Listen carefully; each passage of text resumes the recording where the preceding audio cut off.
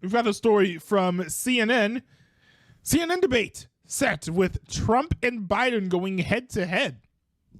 Now, the interesting thing about this is that this is basically announcing that CNN is going to do this debate without RFK Jr.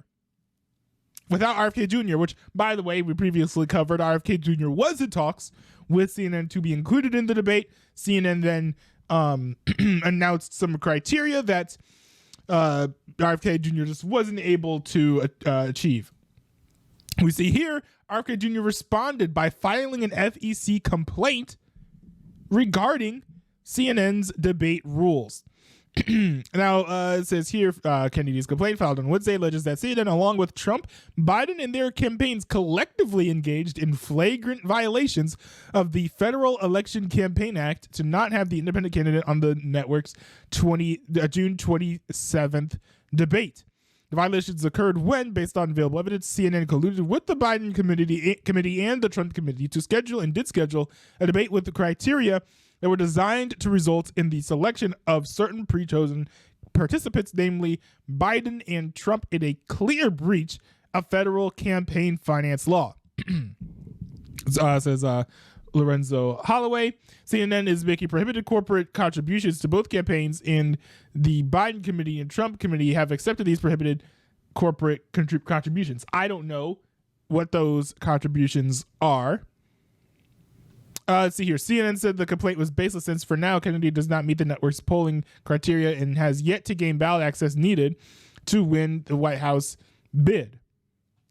Now, the thing about this is, and I do understand the complaint about RFK Jr. not being included in this debate, because I think on one hand, I do completely understand the complaints, because I feel like it would be for the best if RFK Jr. was able to make it onto this debate stage. And I think that we do need to have some third-party representation in these presidential debates. The presidential debates, especially in the general election, shouldn't just be between two candidates. If I, frankly, ran a news organization, I would probably be like, hey, we will host debates featuring the leading candidate among the top 4 most popular political parties.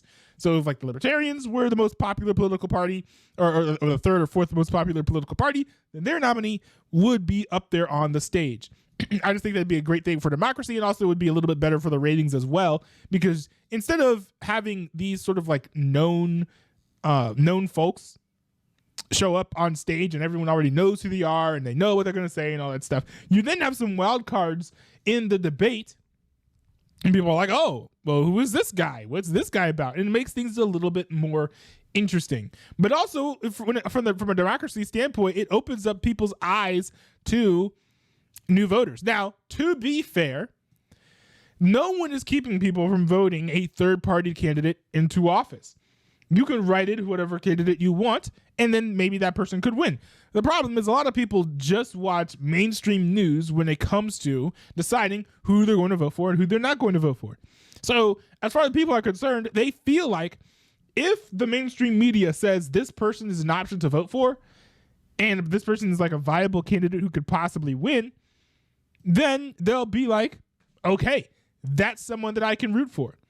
And I think that's also partially why RFK Jr. is probably like the most popular third-party candidate in the past 10 years, is because he has gotten these mainstream media appearances and, you know, showed his face on camera. So people actually know who he is. Most people don't know who like Jill Stein is. Most people don't know about the third-party candidate who puts a boot on his head every single presidential election, right? Vermin Supreme. A lot of people don't know who Vermin Supreme is. But people know who RFK Jr. is because he's been on cable news. So I think that he's probably going to break general election records for how many votes a third-party candidate has gotten, at least in recent history. But it's still unfortunate that he's not going to be able to show his face on the stage. Now, I do frankly think that RFK Jr. wouldn't do the best. There are multiple ways that he could be hit, and if you ask him enough questions, it'll come up and become self-evident that he's kind of kooky, and he has some wacky, zany views that I don't think gel with the majority of the American public. However, he is right on a select handful of issues that I think would resonate with some people. But I think it just would be better to show that candidate out into the general public rather than shuffle him around to a few interview segments on cable news and then call it a day. But if people want to vote for him, don't let him not being in the debate keep you from voting for him. If you want to vote for him, vote for him. And I think actually, if you don't like Trump or Biden, vote for him as well, because if everyone who doesn't like Trump or Biden would vote for RFK Jr., I don't know that RFK Jr. would win, but he would win enough states and get enough electoral college votes that people would then stop looking at things through a two-party lens. Because, people are like, oh, I hate the two-party system in America. We don't have a two-party system in America. We don't. We have probably hundreds of political parties in America, but only a few of them get any electoral college votes. Actually, two of them generally only get electoral college votes because so many people just watch cable news and they don't even know anything about the other political parties, and they don't promote them at all. The cable news likes the Republican Party, the Democrat Party, so they just keep on pushing them. So, as long as people are just going to be using cable news to get their new candidates, we're not going to see a third-party candidate win.